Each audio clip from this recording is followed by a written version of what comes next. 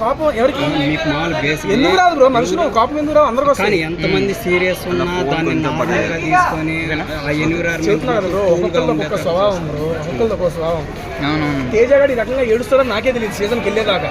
వెళ్ళిన తర్వాత అమ్మ మనలో కూడా ఇంత ఏడుపుందా, మనలో ఇంత సెంటిమెంట్ ఉందా అని నాకు నా కంట్రోల్ లేదు, అది వచ్చేసింది. నేను కొత్తగా పరిచయం అయ్యాను ఈ యొక్క సీజన్లో.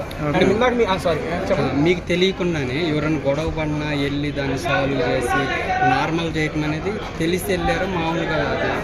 అది ఏది ప్లాన్ కాదు. ఆ మూమెంట్లో ఆ ఫీల్డ్లో నాకు ఏది అనిపిస్తే అది చేశాను. చెప్పండి ఇందాక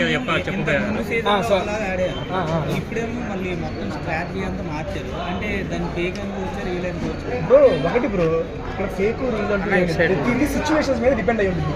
ఒక సిచ్యువేషన్ వచ్చింది, ఆ సిచ్యువేషన్కి మనం ఎలా రియాక్ట్ అవుతాము, మనం ఎలా చేస్తాం అన్న దాని మీద ఆట ఆధారపడి ఉంటుంది. ఆ మూమెంట్లో మనం ఎవరి డెసిషన్ తీసుకున్నా ఆ డెసిషన్ జనాలు యాక్సెప్ట్ చేశారనుకోండి, అది మంచిదని. జనాలు యాక్సెప్ట్ చేయకపోతే అరే ఇలా కాదేమో తెలుసుకుంటాం అంతే.